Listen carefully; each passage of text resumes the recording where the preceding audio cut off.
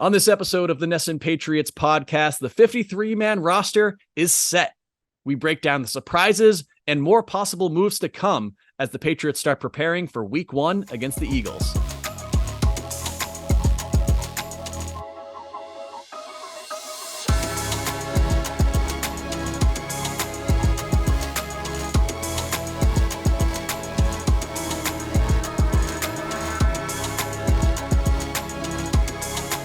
Hello and welcome to the NESN Patriots podcast. My name is Zach Cox, joined as always by Dakota Randall. The Patriots' initial 53-man roster is set. I say initial because we almost certainly will see changes to that roster in the week and a half that we still have before Week 1. But you got the initial 53, we got the initial practice squad, and the big takeaway, obviously, from cutdown day was what the Patriots did at the quarterback position, cutting both Malik Cunningham and Bailey Zappe, which left Mac Jones as the only quarterback on the 53. As we record this Thursday morning, Mac Jones is still the only quarterback on the 53, with Zappe and Cunningham both back on the practice squad. So it seems like they ended up getting to the place that everybody thought they would, but the path they took to get there, with Zappe being released, was certainly something that I didn't see coming. Dakota, what was your whole reaction as all these quarterback moves were being made in these last couple of days? Yeah, well, first on Cunningham, I know a lot of people were sort of lumping him in with the quarterback moves. I mean, I just don't think there was a 0% chance he was ever gonna factor in as a backup quarterback, at least right away. I think, right now he's a receiver. That's what he played most of the summer. I think on the practice squad, I imagine that's what he'll, put most of his development toward, is being a receiver. Like, I just don't see it as a quarterback, especially not this season, but we'll see. So really, I see receiver and scout team quarterback. I bet he's going to be doing a lot of Jalen Hurts work next week. Yes, 100%. So I look at really more cutting Trace McSorley a couple days ago, or a couple days prior, and then cutting Bailey Zappe. Leaving Mac Jones as the only quarterback. Obviously, that's a better headline than it is, something based in reality, because they clearly were very confident that they were going to get Bailey Zappe back on the practice squad. And it sounds like they're going to go out and get some sort of veteran.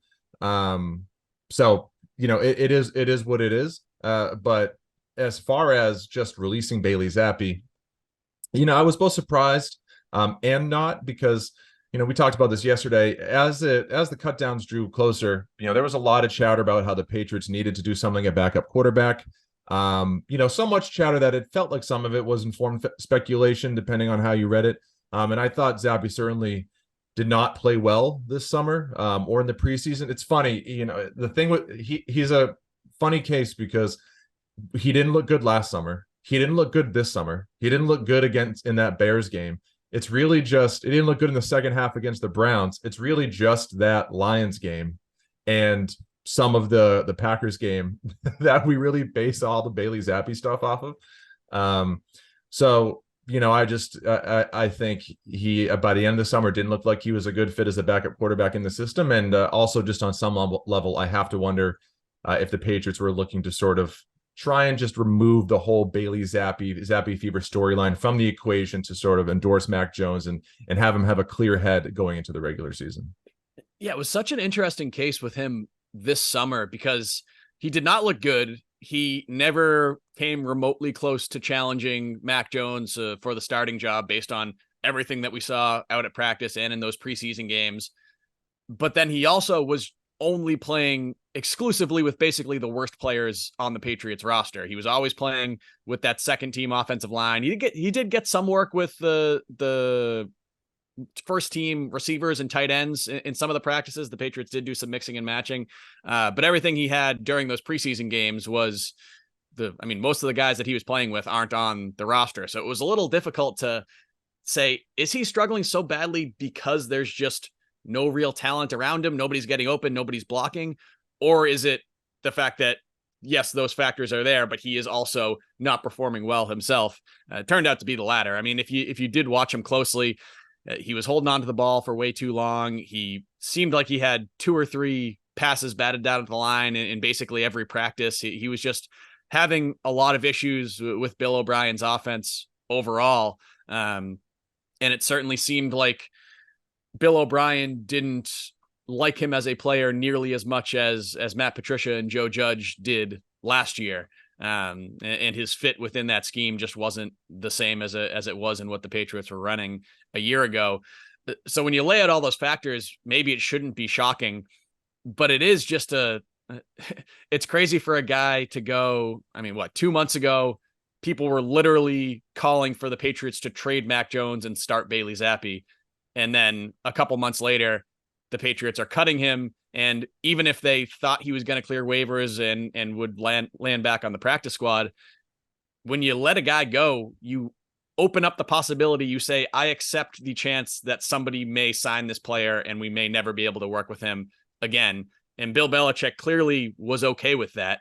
And according to at least one report, there was interest in Bailey Zappe. I think it was from Tom Pelissero, said he got offers from 7 other teams, which sounds a little like strange that he would have. I mean, you would imagine those are all probably practice squad offers. And maybe he says, I can be the number 1 backup here, even if I'm still on the practice squad.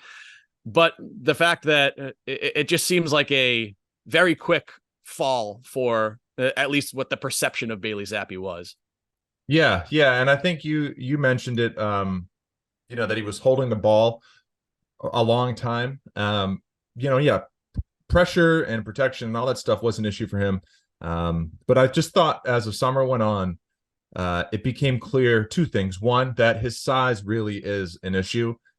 He was having a hard time seeing over the line, a lot of batted passes, and things that really started, like we saw that all pop up in the Bears game. And really it's always been a concern, and the Patriots worked around it in those games against the Packers, Lions, and the Browns. But those are bad defenses and bad teams. I think Zappe really gets exposed, going against slightly better defenses, or just, once the book gets out on him a little bit. But I think the fact that he was holding the ball for so long, it just looked like someone who wasn't processing or picking up the offense that he needed to run.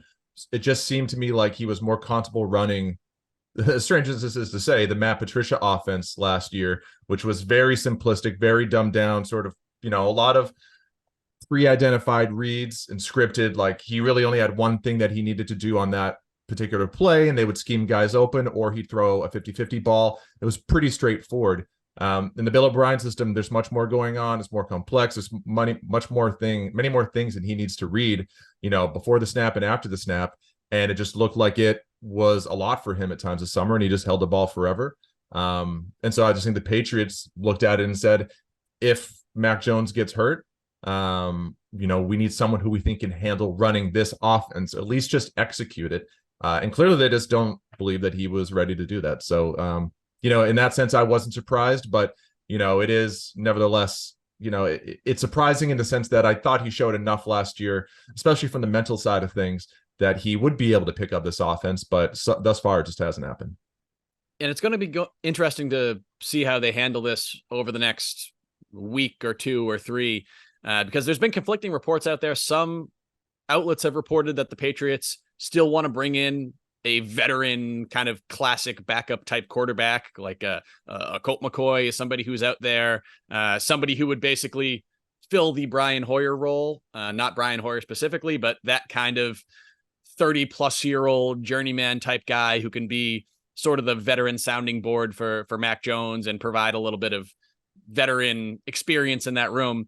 And there's been other reports that say, no, they're fine with rolling with Zappe as their number 1 backup. I think it would make sense to bring in a veteran type in there. I think it's always good to have that kind of a player in your quarterback room. He knows why he's there. He's not competing for the starting job. I think it's a much better and much healthier relationship rather than Bailey Zappe still being the number 1 backup. And, in his mind, he still thinks that, he said at the start of training camp that he was competing for the starting job. He still thinks that he can run this offense and lead this offense. That's still going to be a quote unquote competition between him and Mac Jones, even if it's only in Bailey Zappe's mind. So I do think it would be beneficial to bring in maybe a buffer type quarterback in there to say, all right, our number 2 now is Case Keenum, who, if Mac Jones gets hurt, he can go in and kind of be fine, hold down the ship. But he's not going to be somebody that's actively pushing Jones for that starting job. So gonna be interesting to see how they approach that, because they still, again, Jones is the only quarterback on the roster right now. They can roll with what they have for 3 weeks, elevating Bailey Zappe on game day if they want, and then either bring him back to the roster, bring somebody else onto the roster. So there's a couple different ways they can approach this, but it does seem like there's still room for additional maneuvering at that position. Yeah, and there's definitely still room for a situation where the Patriots elevate Bailey Zappe for week 1. He is on the game day roster as the backup quarterback. Mac Jones goes out and has consecutive 3-and-outs to start the game, even if it's not his fault and the line falls apart, and fans chant for Zappe. Like this all absolutely still is in play. So that's why, even if the part of the Patriots motivation was removing that whole controversy and storyline, if he's elevated from the practice squad, it's still going to be there. So we still could be doing this thing, which is aggravating, and I hope it doesn't happen because I'm quite frankly sick of it. But it's not dead yet. Maybe there's a second wave of the Zappe variant. Yep. Zappe fever never dies. It lives on. Yeah, obviously the quarterback situation was the big takeaway from cut down day. It was probably the only real surprise on their initial roster. There were some mild surprises. The fact that they only kept 2 running backs, they only kept 2 tight ends. They've got reinforcements for both of those on the practice squad. Ty Montgomery and Kevin Harris are there for running backs. You've got Matt Sokol and Pharaoh Brown, who's the only new addition to the team since cut down day. He played for Bill O'Brien in Houston a couple years back, so he has some familiarity there. It would not be shocking to see one of those players bumped up to the 53 at some point in the next couple of days, because they already will have one open spot when they move Tyquan Thornton to injured reserve. They could have another if they end up moving Riley Reif there as well. But non-quarterback wise, what was your biggest kind of, like, what struck you the most about this initial roster? Yeah, I just think, and it wasn't necessarily surprising because, we knew the players that were in camp. We had a decent idea of what the roster would look like. But I just, you look at it, you look at the numbers at each position, along with the draft capital invested in certain positions and the money spent in free agency. And it's just, Bill Belichick made sure he was covered on defense. They've entrusted a lot of, again, draft capital, free agents. They have a lot of depth at all those positions. Like, he didn't sell himself short at any of those spots. But then you just look at offense, and it's just a totally different case. And I don't think it's anything new. Like, this is what he's done for a long time. He did this during the Brady years where, he would kind of throw stuff against the wall in offense, and just bank on something sticking, and making sure he was good to go on defense.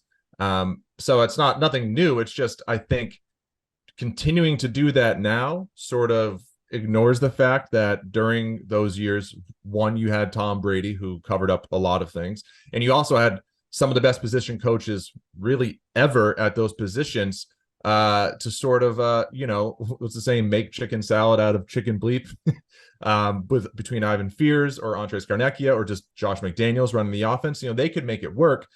It remains to be seen if the new group of position coaches can do the same. So that's one problem, but just also, the Patriots just haven't been able to develop young talent at some of those offensive skill positions, at least to the point where they're clear choices to keep on the roster. I mean, you mentioned it. They have 2 running backs, 2 tight ends. One of those running backs, obviously Ramondre Stevenson, who is definitely a hit as a draft pick, but they cut Kevin Harris again this summer, who was a draft pick last year. They traded Pierre Strong, so they only have 2 running backs right now. And even if they end up elevating someone like Ty Montgomery, or even or Kevin Harris, who's back on their practice squad, or if they re-sign JJ Taylor, who, at least according to one report, doesn't want to come back to the practice squad, they only had 2 running backs who they felt were worthy of 53-man roster spots. I mean, you look at, let's look at teams who are maybe considered to have the best rosters in the NFL. I mean, the San Francisco 49ers started with 4 running backs. The Miami Dolphins have 5 running backs on their initial roster. And then you look at tight end, the Patriots only have 2.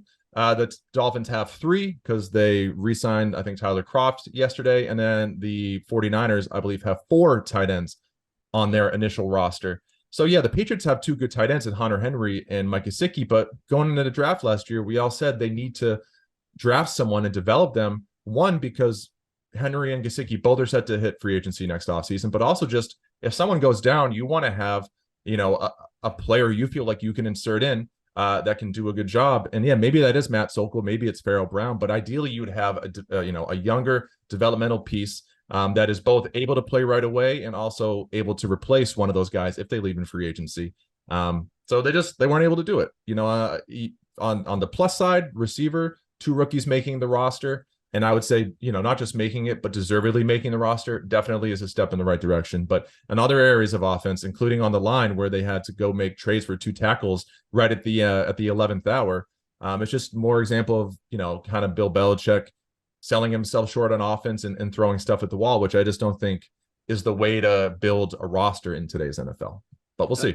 I think, yeah, the point about the running backs, it's pretty disappointing that neither Pierre Strong nor Kevin Harris was able to kind of prove that he deserved a roster spot. The Patriots gave both of those guys a very long run at the beginning of the summer, essentially just sitting Ramondre Stevenson for several practices, saying essentially like, here's your audition, here's your tryout, like prove that you can help this team. And neither of them did. I mean, it's not like these guys were first and second round draft picks. They were day 3 picks. So it's kind of a crapshoot when you draft players around that area. But the fact that they did have to go out and get Ezekiel Elliott and did not include anybody else on their roster, there wasn't a ton of internal positive development from people other than Ramondre Stevenson. I do see the other side of it though. Like how often were any of those players going to play this year anyway? Like, do you include JJ Taylor on the roster just like for fun if he's going to play maybe 3 snaps a game? I mean, you have to imagine that Stevenson and Elliott are going to handle the vast majority of running back snaps. And if you are confident you can get those guys onto the practice squad, then I can see the logic there. I think the biggest issue is the one you touched on right at the end, is offensive tackle. This was the clear number one need in my mind for the Patriots this offseason. It was their worst position last year, and they tried to go bargain shopping again. And I mean, maybe it'll end up working out fine. Maybe Calvin Anderson will be in there week 1 and they'll be kind of smooth sailing through the season. But we don't know who is going to start at right tackle for the Patriots in week 1. And we are just over a week away from that game. I mean, maybe it's Anderson, who is back at practice this week, which was certainly a positive sign. But I mean, you talked to him the other day. He said the illness that kept him out made him fear that it may end his entire NFL career. So is that something that a guy can come back from and immediately get back on the field? Is Tyrone Wheatley Jr. or Vidarian Lowe going to be able to immediately step into a brand new system and be a starter? I think Lowe has a better chance of doing that than Wheatley, but even he is only somebody who's played 33 offensive snaps in his career. Do they trust Sidney Soud there, who looked pretty inconsistent while playing at tackle this summer? Is Riley Reif maybe going to be healthy, maybe going to be able to play there? We don't know. Again, he could end up on injured reserve by the time you listen to this. So the fact that you had the Patriots' weakest position last year, and then fast forward to right before the start of the regular season, and you can't confidently say that it's been fixed. I think that's the biggest issue for this team going into the season. Yeah, I do agree. We've been over it a lot. I do think that if everyone's healthy and plays at their potential, I think the Patriots probably have the best line in the division between Brown, Strange, Andrews, Mike Onwenu, and then you can figure it out at right tackle, whether that be having a running back chip, keeping a tight end in to help.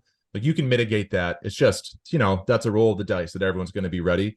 And obviously, as you said, gambling with those guys at right tackle is really all that needs to be said. But to go back to the earlier point about sort of the running backs and the roster, I think I agree that ultimately it was the smart thing to do to cut those guys, because I agree, like, they probably weren't going to play much, and maybe they didn't deserve a roster spot, even though I think JJ Taylor did. But we can all sort of disagree on that. Now, I think the issue is that there was nobody, two issues really. There was nobody who had, that they had developed that made it clear that they deserved a roster spot, or that they had invested so much time in someone like Ty Montgomery, who hasn't been a really usable player in like 4 or 5 years. And then, the other two guys were the draft picks who didn't pan out. I just think that's kind of, an indictment on their inability to sort of keep developing at the running back position as they had in years past.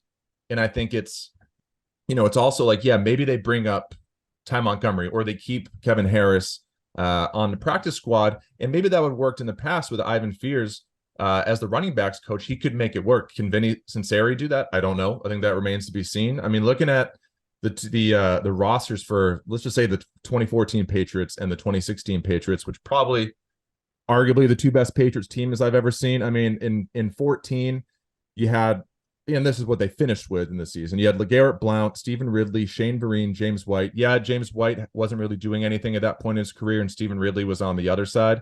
But still, those are 4 NFL quality, NFL caliber running backs that deserved roster spots. And then you go to 16, I believe it was James White, Dion Lewis, LeGarrette Blount. Like, those are real running backs. Those are 3 good players, and they all got meaningful snaps throughout that season. And so I just think, they used to be able to have a lot of options at those positions, either because they drafted and developed well, or they went out and signed guys that turned into usable players. But it just hasn't been the same the last couple of years. So we'll have to see. Again, I say all that, and I do acknowledge that there is a world in which Ty Montgomery, replaces someone on the 53-man roster who gets put on IR and finally delivers on all the practice success we've seen him had since he got here. Because whenever he's been on the field, he's had a huge role. So I do think it's entirely possible that he is a true productive third down running back this season. He just has to stay healthy, and thus far he hasn't been able to do it. Yeah, you would like a little bit more depth at those positions, certainly. And as you mentioned, yeah, Montgomery has legitimately looked good in all of and most of the practices that we've seen him play. Bill Belichick seems to love him. He can play running back. He can play wide receiver. He's on paper, he's a very interesting guy. He just needs to stay healthy. And I just, from the running to close the loop on the running back thing, I have a hard time not saying that they haven't developed running backs when they drafted Damian Harris in 2019, very good player for them for a couple of years, obviously broke down due to injury. They drafted Ramondre Stevenson 2 years ago. He's now probably one of the best all-around running backs in the NFL. The 2 guys that they drafted last year didn't work out, but again, it's a 4th-round pick and a 6th-round pick. I do think the point about Ivan Fears is one that is probably under-discussed. We've spoken a lot about how the Patriots offensive line hasn't looked the same since Dante Scarnecchia left, but Ivan Fears was here nearly as long as Dante Scarnecchia. He was a monumentally respected coach. And I mean, who knows? I'm not saying Vinny Cincinnati is necessarily doing a bad job, but it is difficult to replace a guy like that for sure. Right. One other takeaway I had from this roster, moving on from the offense, we wondered whether Bill Belichick would kind of shift his focus away from special teams a little bit now that the even further rule changes have come in to really de-emphasize kickoffs. That has not been the case. The Patriots kept 4 players on their initial roster who, by their own admission, probably will only play on special teams. It was really interesting to see the kind of the 53-man roster that their internal media staff put out. 4 players were classified not as offense or defense, but as special teams. And that was Matthew Slater, Brendan Schooler, Chris Board, and Amir Speed, the 6th-round rookie who was probably the least heralded player on this initial 53-man roster. It's been a debate for years. Like, does Bill Belichick place too much of an emphasis on this section of a game that is becoming more and more obsolete? I think it's definitely it would have been a second guess if someone like Bailey Zappe gets claimed off waivers and the Patriots had Amir Speed on their 53-man roster rather than him. Now, the fact that they were able to get all the guys that they cut back on the practice squad, it sort of mitigates that a little bit. But we've always kind of been waiting for Belichick to sort of pivot away from that. And that just hasn't happened so far. Yeah, I agree. Just a personal beef. Like, I can't believe Amir Speed made this team over some of the players who got cut. Like, even just Ronnie Perkins. Like, I'd rather have, Ronnie Perkins playing special teams and maybe developing into a usable linebacker as a third round pick than Amir Speed, who probably is unplayable at cornerback and is just going to be a special teamer. I mean, Bill Belichick himself said he's a developmental player. Like, he seemed ticketed for the practice squad. It's stupid to argue about or to complain about, because we go through this every year with the amount of special teamers that make the team. But I don't get it. I don't understand. Yeah, I mean, the Patriots have to hope at least that some of the new blood that they have there can help them not be terrible on special teams the way they were last year. I think there's going to be a ton of pressure on guys like Chad Ryland and Bryce Behringer early in the season. Patriots rolling with two rookies at kicker and punter. They did keep Corliss Waitman on the practice squad, so there is some insurance there if Behringer struggles early, but Nick Folk is gone. It's Chad Ryland's job. He's the only guy in there. He's someone that looked inconsistent in practice during training camp, didn't really get that much work in preseason games at all. I don't believe he actually kicked a single field goal in the preseason. He only kicked 2 extra points. So this is a completely and totally untested at the NFL level type player who is now going into a season as an important guy for a Patriots team that, as we've discussed in the past, needs to be winning on those margins. This doesn't seem like a team that's going to be able to go out and just outscore teams with their kind of high octane offense. You would expect this to be a team that plays in a lot of close games. And when you're a team like that, having a reliable kicker is hugely important. And Ryland, again, is completely untested at this point. So you can't really afford too many rookie growing pains. I'm sure there'll be a few of those, but he's a player that they need to be able to feel confident in week one. If they're down by 1 and you need a 48-yard field goal with 5 seconds left, he's a guy you've got to be able to trust to make that kick. And right now we don't know if he is or not.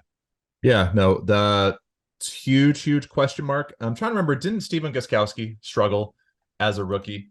Trying to look it up on the fly, but I seem to remember, they just gave the keys to him as a rookie. And they had to live with it. It actually was all right. It was 20 of 26. Of course, that was back in a time where there were the extra points were total layups. So, who knows if he would have struggled there. He obviously turned into a very good kicker. But, as you mentioned, their margin for error is so slim this season, and the schedule is so tough to the start. Like, they can't afford any missed extra points, any missed gimme kicks. So it's a huge question mark. And also, I think I trust Behringer, sort of between the 20s. He's got a huge leg. I could see him ripping off like a 60-yarder. But, if they decide to punt like at the 50-yard line and he's got to pin it down inside the 10, he really struggled with that throughout the camp. And, if you're having some of these offenses then start with great field position of the 20, that's something that routinely hurt them last season. It came back to bite them in close games. Maybe the offense will be so improved this season that they can live with it a little bit more. But until they prove that, I think they have to improve on special teams and be better on the margins. And I think it's absolutely fair to worry about it with both of those guys because, one, they struggled with some of it during training camp, and they're just rookies, so we have no idea. Yeah, I mean, even that 20 for 26 that you mentioned from Gostkowski his rookie year, that was tied for his worst field goal percentage as a Patriot. So it's going to be a tall order to expect Ryland to come in and just immediately kind of continue that trend of reliable kickers that the Patriots have had, from Vinatieri to Gostkowski, then to Nick Folk for the last several years. So definitely an under the radar X factor, I would say, as the Patriots go into this year. Also, I'm looking at Stephen Gostkowski's reference page real quick, and I'm just looking at the extra points, and everything's kind of like around 50 or high 40s, maybe low 60s. And then there's just one season where he kicked 74 extra points, and I'm like, what is that? Oh, it's 2007. 74 extra points. That's insane. 74 in 2012, which was the big Gronk season, right? When they made it to the Super Bowl, I believe. I get. Year after that, but they still did have a very good offense that year. Well, that was the year they lost to the Jets, right? Yep. 2012. Yeah. So he had 66 that season, which was a lot, but 74 extra points. Like that's a lot of extra point kicks. I mean, any Pro Football Reference page related to that 2007 season just seems like fake, like they made some sort of mistake. Yeah. Close it out here. I'm looking at the roster. Anything else stand out to us? I feel like everything on defense was pretty straightforward. It didn't seem like there were any major surprises. Only mild surprise, I guess, was Carl Davis getting cut, but he was someone that was also playing pretty deep into the fourth quarter in that last preseason game, which usually isn't a great sign for a player that could be on the roster bubble. Shaun Wade made the cut. I thought he was a lot better in training camp than he was in preseason games this year. You saw him allow a couple of touchdowns in those games, but he was around the ball a lot in practice. He's a versatile guy. The Patriots were playing him outside corner, slot corner, or even some back in safety. I'm sure he's somebody that they hope won't need to play a lot in the regular season, but it did make sense that, especially with Isaiah Bolden lost for the season, who looked like he could have been someone who could fill that depth spot at cornerback. They need a little bit of insurance there because John Jones, Christian Gonzalez, both dealt with injuries this summer. You don't know what's going to happen with Jack Jones. It could be a situation with him where we wake up one Tuesday morning and say, oh, Jack Jones is on the commissioner's exempt list. They're not going to have him for 8 weeks. So he's got that court case pending next month. So made sense for them to keep an extra body there. But I don't know, anything else stand out to you defensively here? Yeah. It's good that I like that Sam Roberts made the team just because, I think it's cool when a guy goes out and earns a spot. And I thought he played really well throughout the summer, especially in the preseason games. I know he had that one bad penalty, but whatever. Great game in the finale too. The Tennessee game was really good from him. Yeah. And, at the end of the day, he's just a depth defensive tackle. But I am surprised. And so it's good that he made it, but I am surprised that he's here and Carl Davis isn't. I know Carl Davis had an Instagram post a couple of days ago where he said, like, he only has himself to blame. He let himself slip. I don't know if that's conditioning or just his play, whatever. But they are light on the interior defensive line. I don't think Christian Barmore showed anything this summer that makes me think he's ready to be an every down tackle, like playing against the run. Lawrence Guy is getting older or is old. He might be at the end of his career. So really it's just Devon Godchow. And so they just don't have any depth really behind him as far as big, reliable run defenders. So, I know they made the claim, or they tried to sign Marquand McCall. Yeah. And then he was cut after failing the physical. I'd be surprised if they didn't try and go find someone else like that, because I think they need that depth. And so if and when they find that, I'll be curious to see what happens to Sam Roberts if he stays on the team. And then the only other one that kind of surprised me, and I get why it happened, Isaiah Bolden going on IR. I know a lot of us sort of disagree whether he looked like someone who deserved a roster spot during camp. I think he did. I think he at least looked like someone that, would have been a good option to keep on the team and as emergency depth. But, I think he showed a lot of talent. And I know he got hurt in that game, but he showed it. You saw him on the rehab field, right? Yeah. So he was on the rehab field. I don't want to say just a concussion, but it is just a concussion. Like, guys come back from that. I have to believe he would have been ready to play at some point this season. And so, to really just write off his whole season, I get why they did it, but I'm kind of surprised. I thought, it would have been interesting to have him get in there later in the year and see how he looked. But for now it's Shaun Wade, and maybe this is year finally he carries his practice performance into regular season games, because he's an all-world practice player. But it's just never translated when he actually gets time in the games. Yeah, I think he's only played something like 25 snaps in his career, and he's been with the Patriots for a couple of years. I agree on Bolden. I had him. He was someone I had on the 53-man roster before his injury as that final depth outside cornerback spot. He did struggle in that Packers game before he ended up getting hurt, so maybe he wasn't trending in the right direction. I don't know. This to me seemed like it's going to be too difficult to keep him. There's going to be too many gymnastics that will have to happen for us to keep him on the 53-man roster and then move him to IR potentially later if he's already going to miss a couple of games. So let's just kind of punt on this season, redshirt him. We'll try it again next summer. That seemed to be the mindset from the Patriots. And again, you never know with concussions. It's so hard to judge though, how long it's going to take a guy to come back from a concussion. I mean, who was it? Brock Holt a couple of years ago that missed like 3 months with a concussion. Like you see guys get a concussion, they're back in a week. You see guys get a concussion and they're out for half the season. Yeah. Who knows what the actual prognosis was for that? But Evan Fournier. Oh no, Evan Fournier was long COVID. Never mind. Two totally different things. But yeah, who knows? But we will not see Isaiah Bolden back on the field until next spring at the earliest. And I think that about wraps up all of our takeaways from this 53-man roster, which again is subject to change, will change before week 1. As I mentioned earlier, they already have one open spot when they move Tyquan Thornton to injured reserve. So somebody is going to be filling that, whether it's someone coming up from the practice squad, whether it's an external signing. You're going to see some moving and shaking before the Patriots preseason opener, which is next Sunday against the Philadelphia Eagles at Gillette Stadium. Going to be a wild and crazy night. Not only having the defending NFC champions in, but you're going to have the whole Tom Brady return, the halftime ceremony, all of the hoopla that surrounds that. So we will have plenty of coverage during the lead up to that, and obviously that game itself. Until then, you can follow me on Twitter at Zach Cox NESN. You can follow Dakota at Dak Randall, and you can follow along with all of our Patriots coverage at NESN.com.